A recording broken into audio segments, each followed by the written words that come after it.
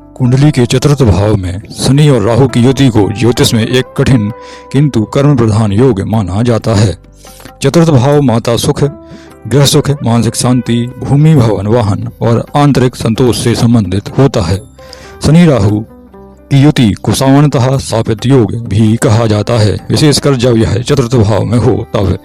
विशेष उपायों की बात की जाए तो चतुर्थ भाव में शनि राहु की युति के मुख्य प्रभाव निम्न हैं। मानसिक अशांति व चिंता, व्यक्ति के मन में अज्ञात भय, बेचैनी, अवसाद बना रहता है। नींद में बाधा, नकारात्मक विचार अधिक होते हैं।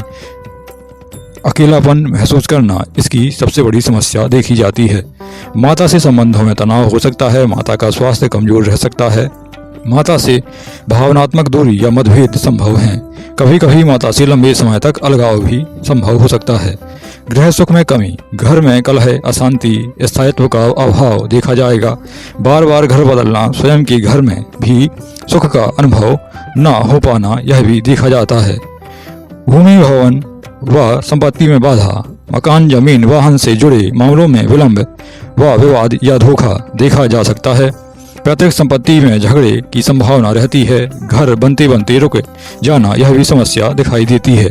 शिक्षा में रुकावट की यदि बात की जाए तो पढ़ाई में मन न लगना, बार बार विषय बदलना, तकनीकी या रहस्यमयी विषयों की ओर झुकाव, एकाग्रता में कमी, यह भी एक बड़ी समस्या होती है।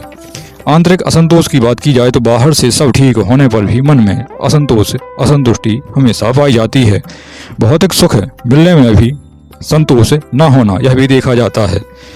यदि शनि राहु पीड़ित हों तो विशेष नकारात्मक संकेत यह हैं कि बार बार मानसिक तनाव, गृहस्थ जीवन में ठंडापन, पुराने घर या भूमि से जुड़ी समस्याएं सामने आ सकती हैं। भय, वहम और भ्रम आपको अक्सर घेरेगा। सकारात्मक पक्षों की बात की जाए तो कठिन परिस्थितियों में टिके रहने की शक्ति यह योग अवश्य देता है। बड़े शहरों या विदेशी भूमि से संपत्ति प्राप्ति की योग बना देता है। रिसर्च, राजनीति, प्रशासन, तकनीकी क्षेत्र में सफलता की योग हो सकते हैं। देर से लेकिन स्थायी संपत्ति का योग भी यह बना देता है। शनि राहु युति के प्रभाव को कम करने के उपाय यदि देखे जाएं तो शनि के उपाय जैसे शनिवार को सरसों के तेल का दीपक पीपल वृक्ष के नीचे जलाएं तो आपके लिए उचित होगा। शनि के मंत्रों का यथासंभव संकल्प के माध्यम से जप करें तो यह भी आपके लिए लाभदायक रहने वाला है। काले तिल, उड़द, लोहे का दान अवश्य करते रहें। श्रमिकों, वृद्धों और गरीबों की सेवा अवश्य करनी चाहिए, यह भी आपके लिए उचित है। राहु के उपायों की बात की जाए तो राहु के मंत्रों का यथासंभव संकल्प के माध्यम से जप करें, यह भी आपके लिए लाभदायक है। शनिवार या अमावस्या को नीले या काले वस्त्र दान अवश्य करते रहें। भैरव या दुर्गा माता की उपासना करना आपके लिए उचित होगा और कुत्तों को रोटी अवश्य खिलाते रहें। माता सुख बढ़ाने के उपाय यदि कहा जाए तो प्रतिदिन माता की चरण स्पर्श अवश्य करते रहें। घर में चांदी का छोटा टुकड़ा अवश्य रखें। सोमवार को दूध या सफेद वस्तुओं का दान करें तो आपके लिए उचित रहेगा। गृह शांति हेतु उपाय देखे जाएं तो घर में नियमित हनुमान चालीसा या शनि स्त्रोत का पाठ अवश्य करें।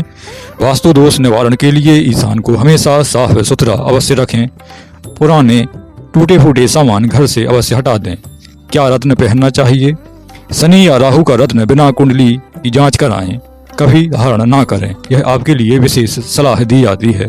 गलत रत्न से मानसिक परेशानी बढ़ सकती है। केवल विशेषज्ञ परामर्श के बाद ही रत्नों का चयन करें।